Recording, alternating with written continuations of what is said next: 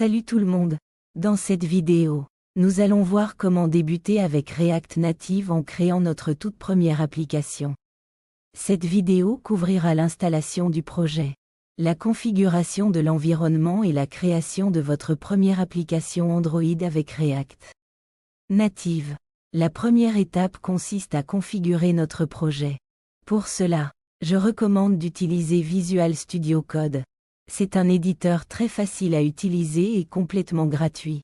Tout ce que vous devez faire, c'est aller sur Google et taper code.visualstudio.com. Puis télécharger l'éditeur. Le lien sera également dans la description de la vidéo. Assurez-vous de bien l'installer, car nous l'utiliserons tout au long de ce tutoriel. Je vous montrerai aussi les plugins que nous allons utiliser pour faciliter le développement. Ensuite, nous allons configurer l'environnement de développement pour React Native. Allez sur Google et tapez « React Native ». Cliquez sur le premier lien qui devrait être reactnative.dev. Nous allons nous rendre dans la documentation officielle, car elle nous guidera étape par étape pour la configuration. Dans la documentation, trouvez l'onglet « Configuration de l'environnement ». Cliquez dessus pour obtenir les instructions détaillées. La première chose à faire est de vous assurer d'avoir installé Node.js. De préférence la version 12 LTS. Cliquez sur le lien correspondant pour télécharger le programme d'installation. Choisissez la version adaptée à votre système d'exploitation. Que ce soit macOS, Windows ou Linux. Une fois que Node.js est installé, nous allons passer à Visual Studio Code. Ouvrez l'éditeur et assurez-vous qu'il est vide.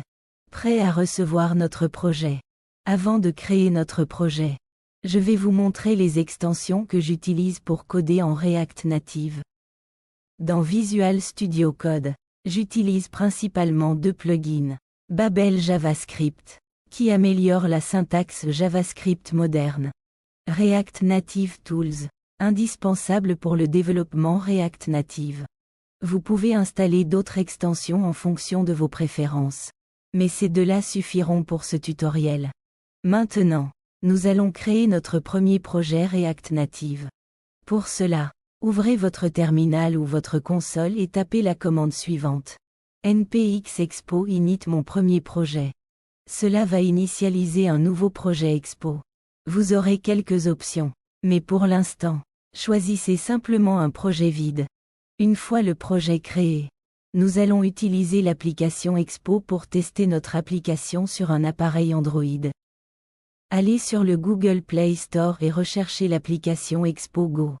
Téléchargez-la, car elle nous permettra d'exécuter et de tester notre projet directement sur votre téléphone. Maintenant que l'application Expo est installée, retournez dans votre terminal et tapez la commande suivante pour démarrer le projet.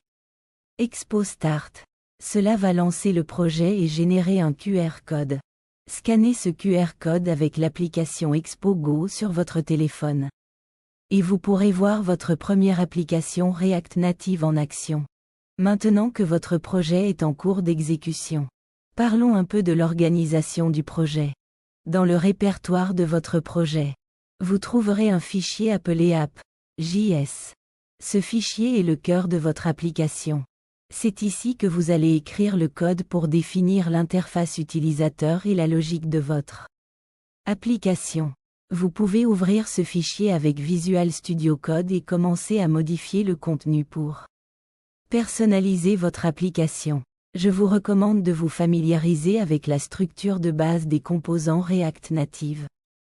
Une fois que vous êtes à l'aise avec la structure du projet, vous pouvez ajouter des composants comme des boutons, des textes, ou encore des images pour enrichir votre application. React Native propose une grande variété de composants intégrés que vous pouvez facilement utiliser. Voilà, vous avez maintenant créé et exécuté votre première application Android avec React Native. Dans les prochaines vidéos, nous verrons comment ajouter plus de fonctionnalités et améliorer l'apparence de votre application. N'oubliez pas de vous abonner pour ne pas manquer les prochaines vidéos et laisser un commentaire. Si vous avez des questions ou des suggestions, à bientôt!